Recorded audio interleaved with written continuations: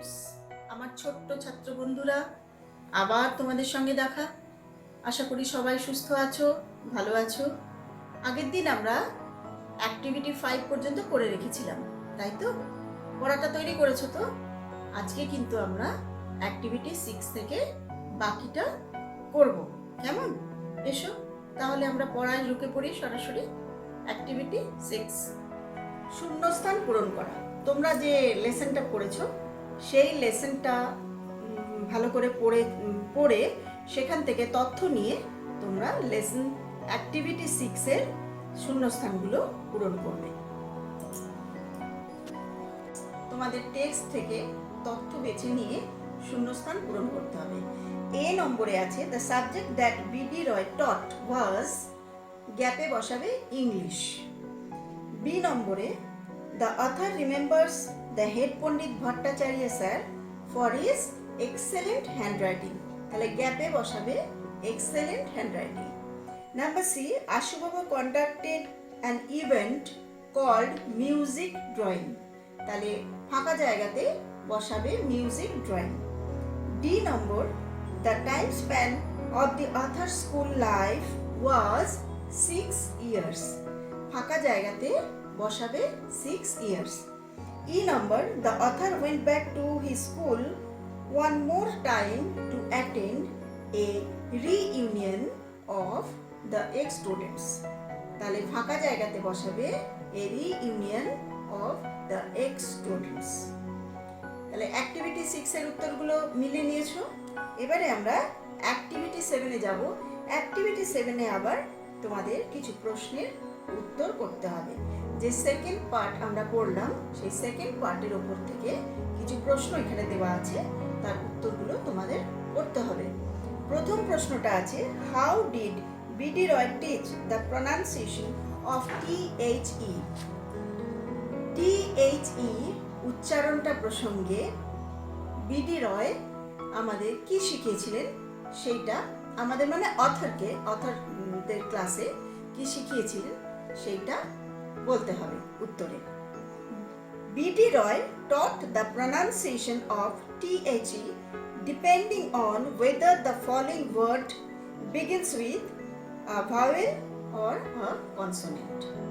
তাহলে following word মানে পরের শব্দটা ভাওয়েল দিয়ে শুরু হচ্ছে না কনসোনেন্ট দিয়ে শুরু হচ্ছে, তার উপরে নির্ভর করে THE এর উচ্চারণটা হবে দ্য না ডি।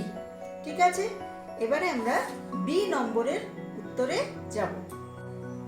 বি নম্বরের প্রশ্ন, how did the author get to be Ashu Babu's favourite?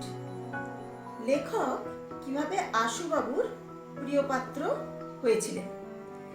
উত্তরটা হবে the author got to be Ashu Babu's favourite as he could draw very well. যেহেতু তিনি ভালো আঁকতে পারতেন তাই তিনি আশুবাবুর প্রিয় পাত্র হয়েছিলেন। সি এর প্রশ্নটা হচ্ছে, what was music drawing? Music ড্রয়িংটা কি ছিল? এর উত্তরটা তোমরা লেখো। Music drawing was an event in which a student would sing a song and another student would draw a picture on the blackboard trying to capture in lines and color the essence of the song. মানেটা নিশ্চয়ই বুঝতে পেরেছো। আমরা তো text পড়ার সময় music drawing কি সেটা বলেছি। তাহলে মিউজিক ড্রয়িং হলো যে একজন ছাত্র একটা গান গাইবে আর অপর আরেকজন ছাত্র বোর্ডে এসে সেই গানটার যে অর্থ সেটা অনুযায়ী একটা ছবি আঁকবে আর তার নির্যাস বা মূল অর্থ অনুযায়ী তাকে রং করতে হবে। ডি নম্বরের প্রশ্ন, why did everything seem much smaller to the author when he went back to school after 10 years? 10 বছর বাদে যখন লেখক স্কুলে ফিরে এসেছিলেন তখন সবকিছু তার কাছে ছোট মনে হয়েছিল, কেন? উত্তরটা লেখো।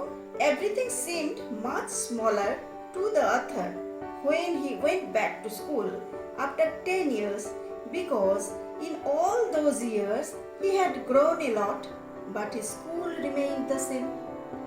এই বিগত বছরগুলিতে লেখক অনেক বড় হয়ে গেছেন, কিন্তু স্কুল তো বাড়েনি। সেই জন্য লেখকের কাছে স্কুলের সবটাই কেমন ছোট বলে মনে হচ্ছিল। নাম্বার প্রশ্ন, what is a pleasure according to the author? অথরের কাছে কি ছিল খুব আনন্দের? উত্তরটা লেখো।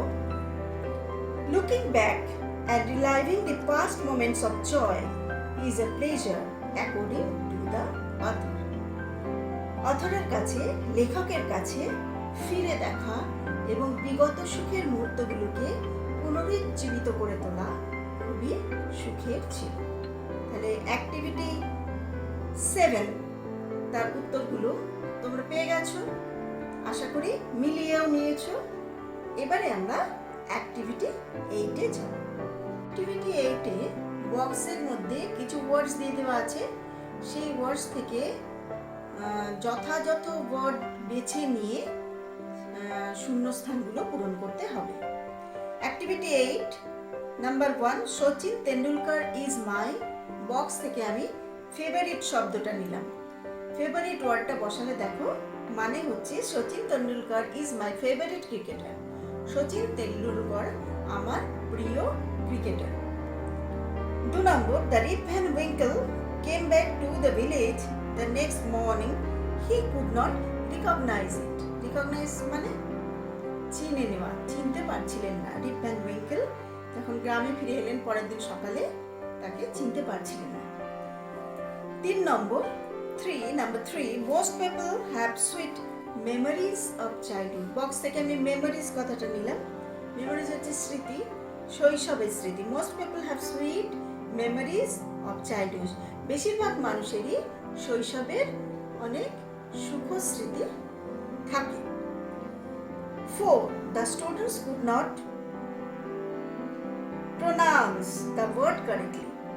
The student could not pronounce the word correctly. ছাত্র সঠিকভাবে শব্দটা উচ্চারণ করতে পারছে না। Number 5, mister Das is an excellent teacher.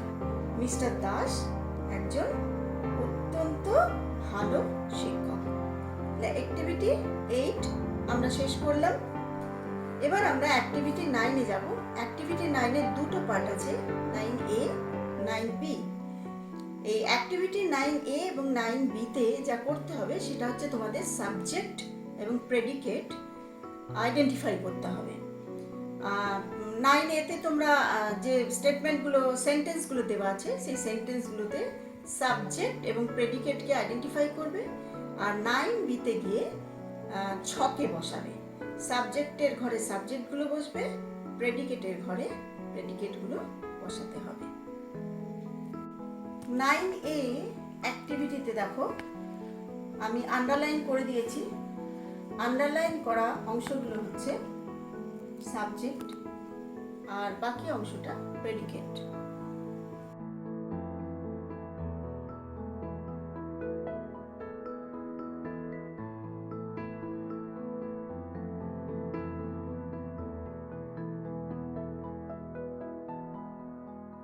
Activity 9B,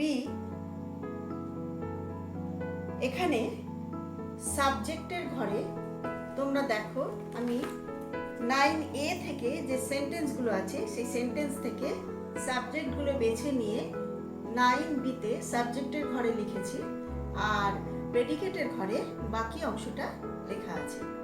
তাহলে সেটা তোমরা মিলিয়ে নিও।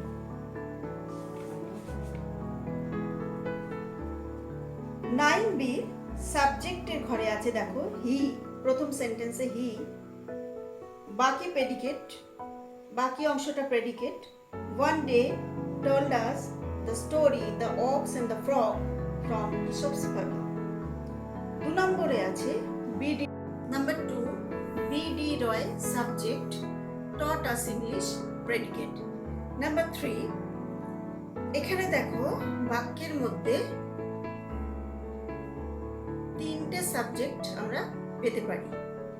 প্রথমত হচ্ছে হি ওয়াজ a small man.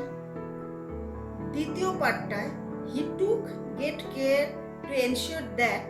To ensure সেখানে আরেকটা হি পেলাম, উই প্রোনাউন্সড ইংলিশ কারেক্টলি। তাহলে উই, এখানে তিনটে সাবজেক্ট পেলাম আমরা, বাকিটা predicate. Number 4, I subject but could draw very well, predicate. 5, আশু বাবু সাবজেক্ট, বাকি অংশটা predicate, was given the charge of decorating the hall for the annual prize distribution ceremony. তাহলে সাবজেক্ট প্রেডিকেট আমরা 9A-B দুটো অ্যাক্টিভিটিতে পেয়ে গেলাম। এবারে আমরা অ্যাক্টিভিটি 10-এ যাব। অ্যাক্টিভিটি 10-এ যাওয়ার আগে আমাদের একটু প্রেজেন্ট কন্টিনিউয়াস টেন্স সম্পর্কে জেনে নিতে হবে। আগে আমরা প্রেজেন্ট টেন্স সম্পর্কে সাধারণ একটা ধারণা নিয়েছি। এখন অ্যাক্টিভিটি 10-এ যাওয়ার আগে আমরা প্রেজেন্ট কন্টিনিউয়াস টেন্স সম্পর্কে একটুখানি জেনে নেব। তোমরা আগে জেনেছো যে টেন্স হচ্ছে 3 প্রকার। একটা হচ্ছে প্রেজেন্ট টেন্স, যাকে বাংলায় বলো বর্তমানকাল। দ্বিতীয় হচ্ছে পাস্ট টেন্স, যাকে বাংলায় বলো অতীতকাল।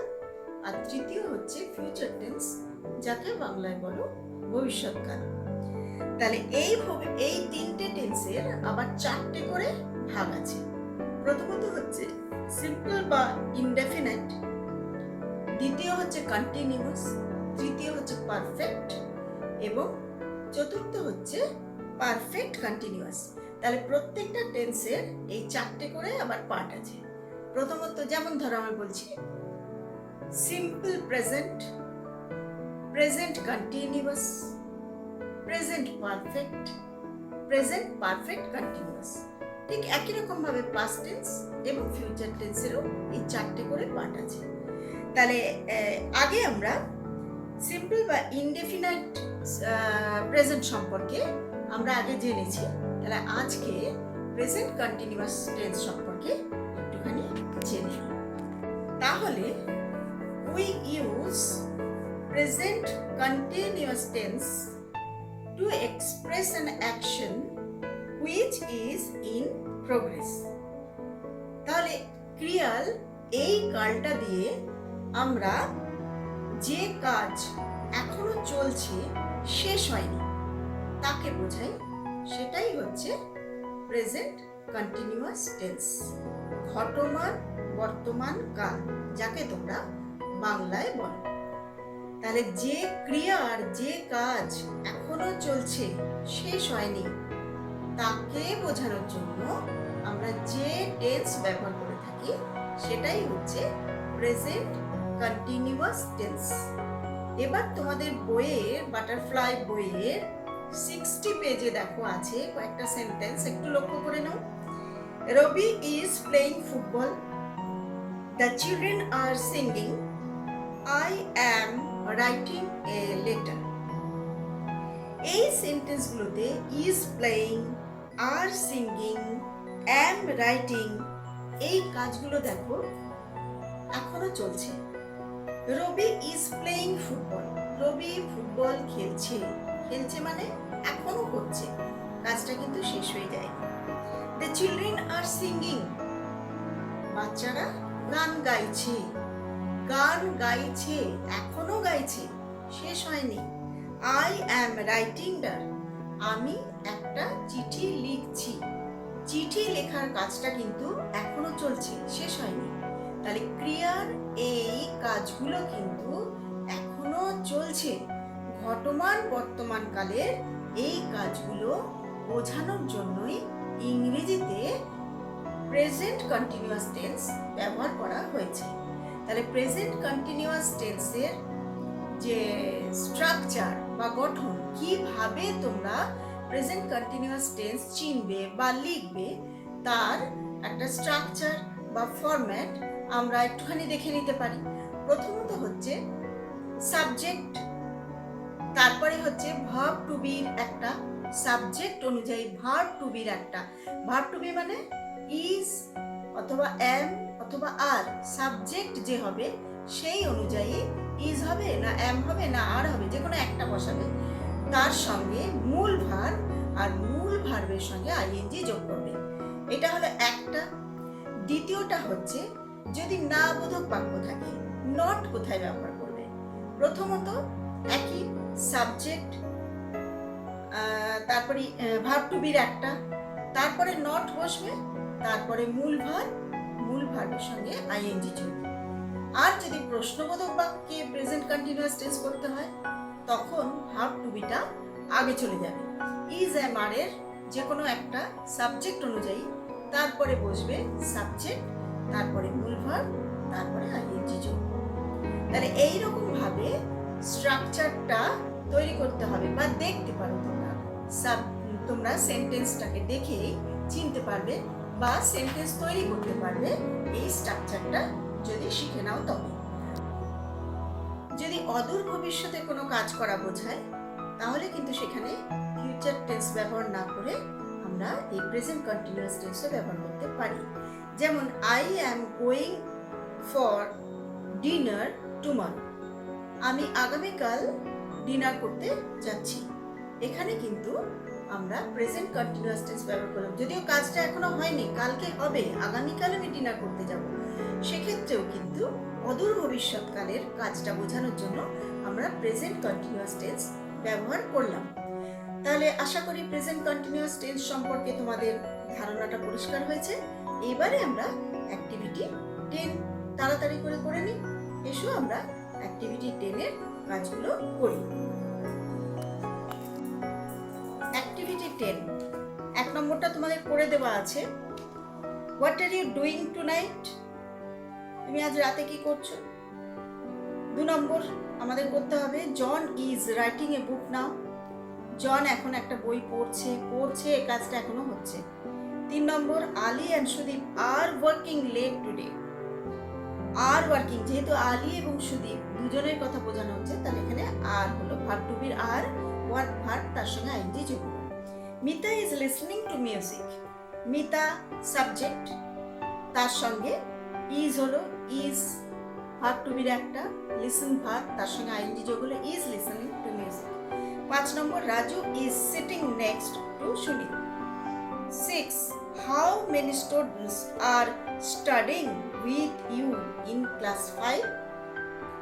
7, the phone is ringing.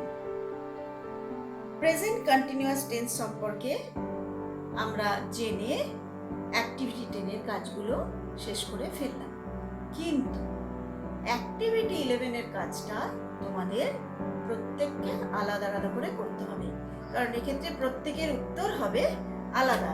এখানে কতগুলো তথ্য দেওয়া আছে, তথ্য সম্পর্কে এই তথ্যগুলোর সাহায্য নিয়ে নিজের সম্পর্কে তোমাদের 5টা লাইন লিখতে হবে। সেই তথ্যগুলো কি কি, হিন্টসগুলো দেওয়া আছে। তার প্রথমটা হলো ইয়োর নেম অ্যান্ড এজ, তোমার নাম এবং বয়স। তারপরে আছে the place you live in, তুমি কোথায় থাকো। তারপরে আছে the name of your school, তোমার বিদ্যালয়ের নাম। তারপরে আছে your hobby, likes and dislikes, তোমার শখ, পছন্দ অপছন্দ। শেষ পয়েন্টটা আছে what you want to be when you grow up, তুমি বড় হয়ে কি হতে চাও। তাহলে এই 5টা পয়েন্টের সাহায্যে নিজের সম্পর্কে 5টা লাইন তোমাকে লিখতে হবে। তাহলে এটা বুঝতেই পারছো, এটা প্রত্যেকের জন্য আলাদা আলাদা উত্তর হবে, এটা আমি করে দিলে কিন্তু হবে না। কাজেই অ্যাক্টিভিটি 11টা তোমাদের প্রত্যেককে নিজেকে আলাদা আলাদা করে নিতে হবে।